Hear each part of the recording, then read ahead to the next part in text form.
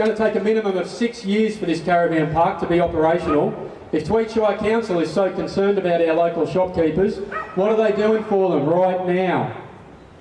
It is reprehensible for these developers to be preying on the hardship of our local business community like this in order to achieve their own ends. Our second concern is, of course, the environmental constraints. The developer's own environmental assessment now confirms that there is an endangered ecological community on the site and areas of very high ecological significance directly threatened by both developments.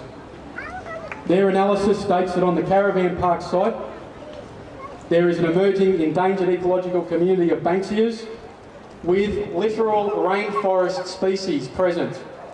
The current proposal will destroy 80% of that re-emerging literal rainforest.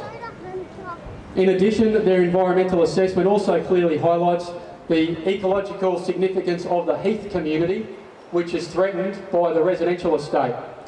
Their assessment lists that entire site, the majority, as being moderate high to very high ecologically significant. But don't be complacent. We put that to Crown Lands and they said that all they have to do is put in place environmental offsets and they bulldoze it anyway. It seems to me that these people feel they can do whatever they like because their own plans to clear the caravan park site don't match the findings from their own environmental report that recommends all significant trees be retained on the development site. We also have a number of safety and social concerns. Firstly, it's in a fire-prone area. Secondly, there's surf safety issues with it being a dangerous and unpatrolled surf beach. The massive traffic impact on this proposal has not been considered and it hasn't been mentioned in our development control plan.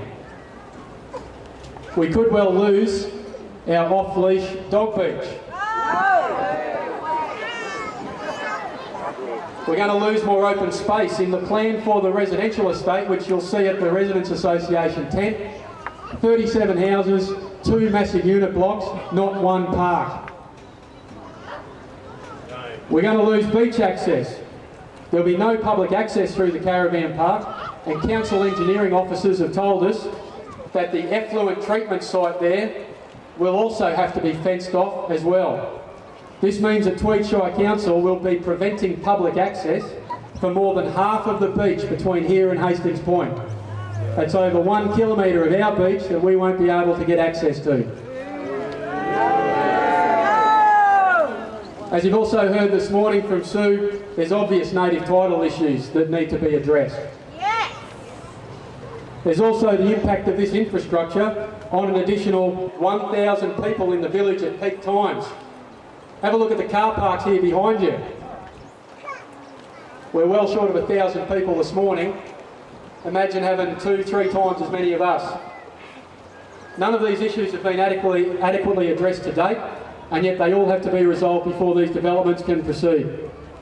In addition, think about the cumulative effect of these developments. It's something that the developers don't have to tell us about, but as a community, we need to consider these things. What about when King's Forest comes online? Does anyone know how many people are going to be living at King's Forest? Anyone? Anyone? 15,000 people. It's going to be as big as Kingscliff. We're going to have another Kingscliff on our doorstep right next to Cabarita. What sort of pressure is that going to put on the town? And indeed, what sort of business opportunities does that present to our shopkeepers? We're going to have Woolies here soon. How's that going to impact on traffic in our main street? What if they do go ahead and put a kiosk on the headland? They're also talking about expanding the car park up there and pushing that further south to expand that as well so they can get more punters up there. I've mentioned earlier the effluent treatment plant will be fenced off. And let's look 10 to 15 years into the future. That effluent treatment plant could best be described as old technology. What happens when that goes? If they build a caravan park, it's going to be a lot harder to keep that undeveloped as well. If they put a caravan park in, chances are they'll be saying, well, we've got a caravan park there, let's do something else. So we need to make our stand now.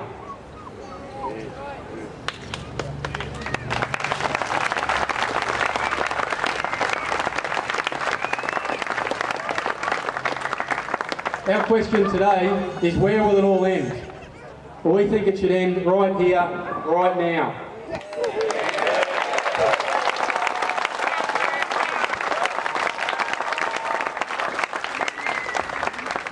We think it should end right here, right now, and you've said the same thing through your submissions, loud and clear.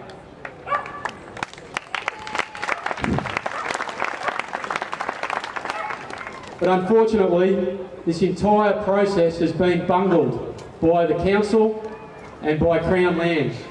I mean, why would you ask for submissions when you don't respond when 90% of them are opposed?